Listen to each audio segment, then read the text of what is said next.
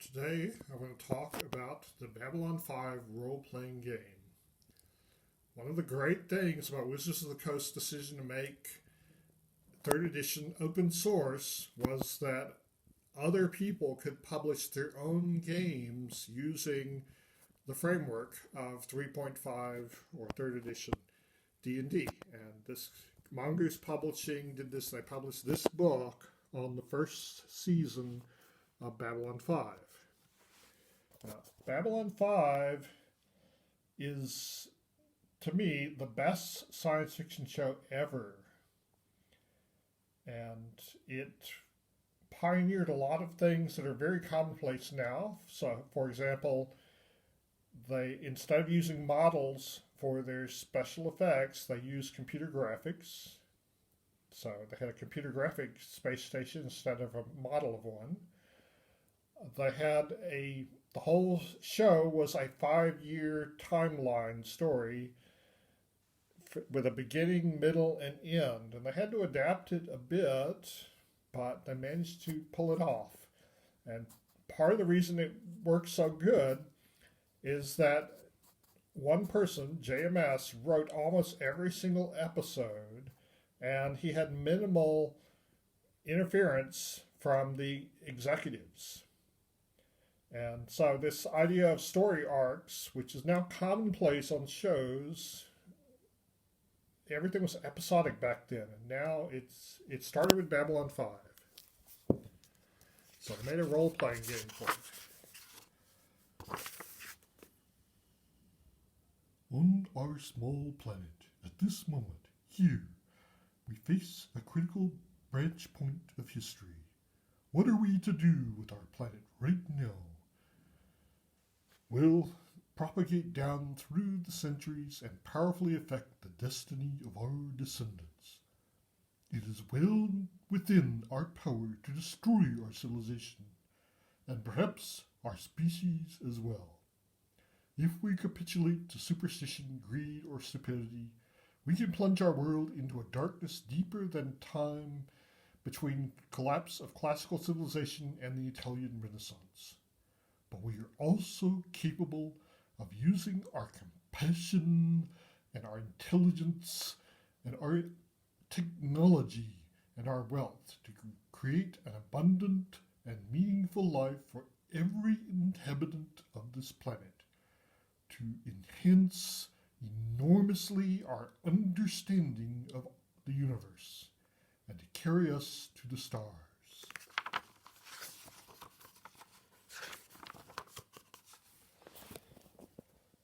Yeah, so it's a game based on Babylon 5. I like the show Big Bang Theory, and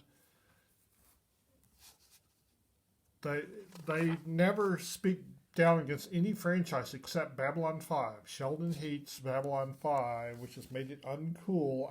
I don't know what happened behind the scenes, but at some point somebody got pissed off about Babylon 5, which could have been Warner Brothers' version of Star Trek. It could have made them a lot of money, but it was not worth it to them. So, anyway. So, they have different races that you can be as a player. You can be a human. You can be a Centauri. So, humans. Yeah, so you can be a Centauri. And Centauri are -2 on wisdom, +2 on charisma, and their favorite class is agent. You can be a Minbari. Minbari are +2 on strength, -2 on charisma, and their favorite class is either diplomat, if they're religious caste, warrior, officer if they're warrior class, or scientist if they're worker class. Narn. Narns begin with a +2 constitution and a -2 charisma, and their favorite class is soldier. Drazi. There we are. Drazi start with a +2 strength, -2 wisdom, and their favorite class is soldier. there's no picture of Brakiri. Brakiri, their favorite class is Agent. So, the classes. These are all like mixtures of fighter and rogue, basically with some high-tech skills. So, Agent is something. There's some examples like Mr. Morden, Taupri, Lord Rifa, Wade. Diplomat. Example of a diplomat would be Ambassador Delenn, Mr. Lance, Senator Hiroshi. There are poor people who live in the corridors and the unfinished parts of the station. They're called lurkers. So examples of lurkers would be like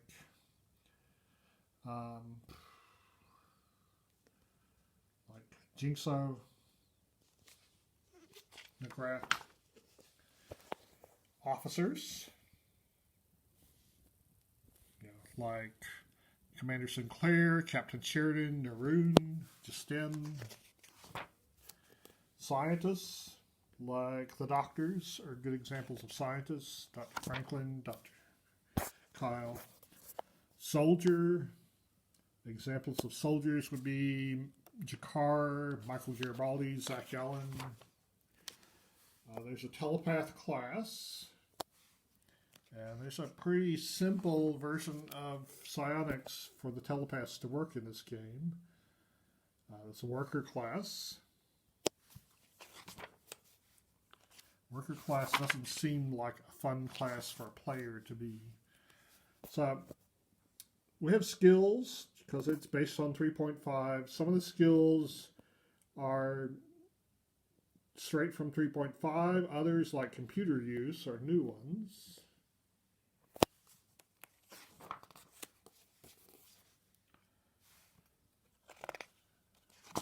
Here it tells a little about the skills and what they can do. And there are also feats. Some of the feats are things that were in 3.5. Others, like alien anatomy, are not.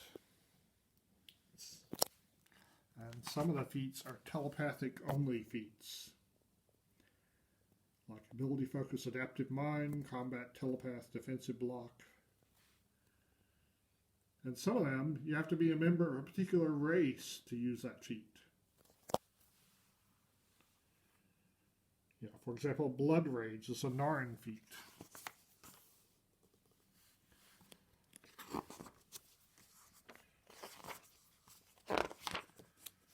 Okay. So, combat. One of the things is that the classes don't have very many hit points in this game. So weapons could be pretty lethal. That dodging is more important than armor class. Armor's not a big deal in this. I thought useful.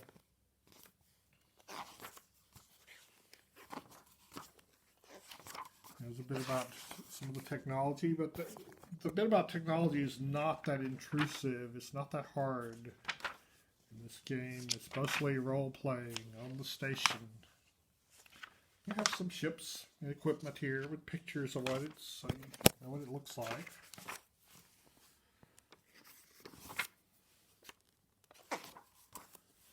Vehicles, ships.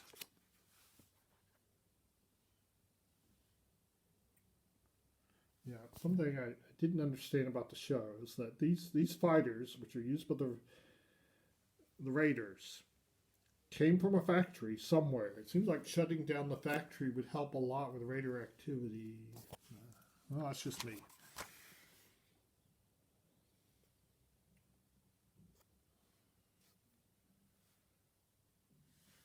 And, when I look at the ships, it seems really apparent to me that somebody involved in Babylon 5 had looked at Spelljammer, that the non-human ship designs look a lot like something from Spelljammer.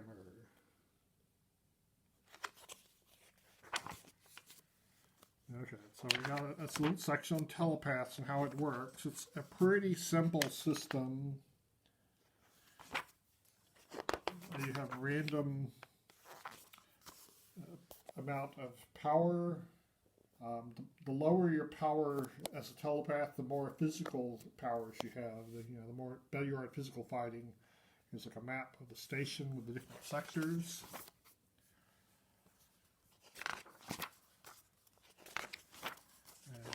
Using it. A lot of pictures from the show.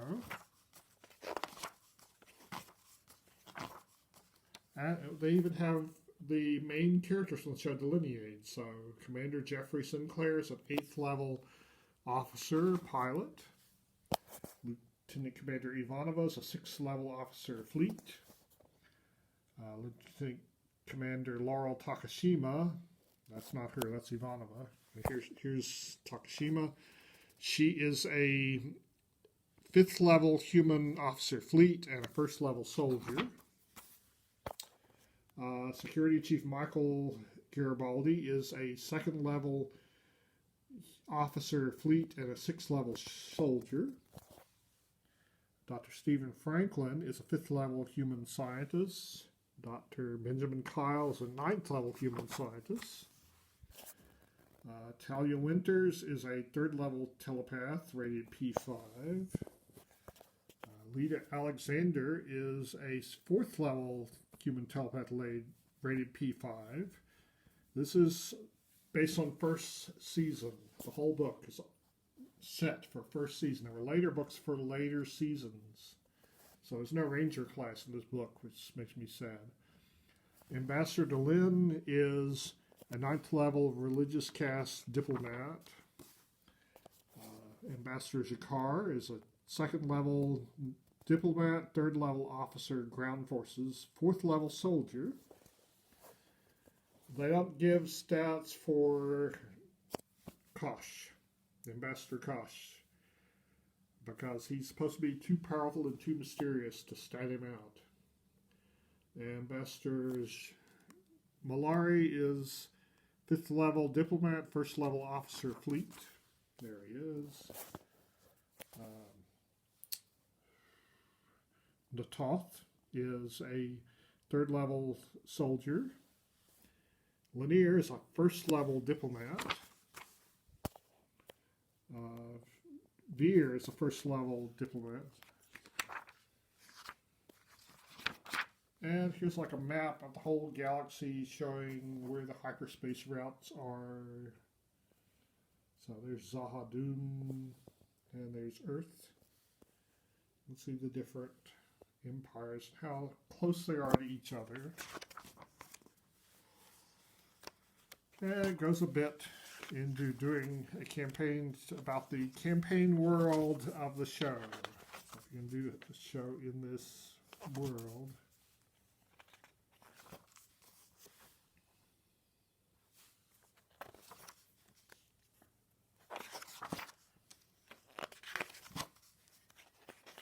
And the different alien worlds. We have a bit about the races. So if you want to do some of the other races, it tells you about them, what they can be. Okay, so you want to be a Pakmara, your +2 Constitution, -4 Charisma. Your favorite class is Lurker. All right, after that, it goes into the whole storyline of the first season, episode by episode, what all happened. So if you want, you could set your campaign in any of these episodes.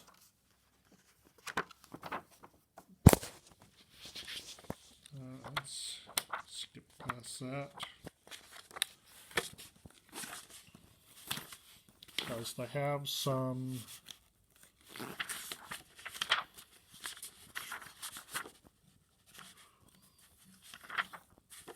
here, prestige classes. There's defense.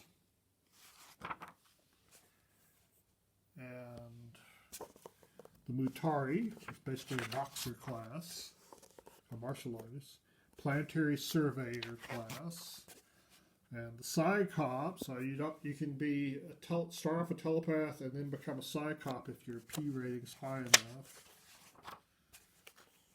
Psy-Corps Military Specialist, the Raider, Terrorist. That's pretty self-explanatory. Dentamorphor Assassin, the True Seeker. Jigsaw started off a lurker and became a True Seeker. The Xenoarchaeologist. There's glossary and some designer's notes. So that's the first season of Babylon 5 in role-playing game form. I wished I'd bought more of the books of this game because I love the show, but I never got a chance to play it. I tried to do a play-by-post, but nobody would play it with me. So.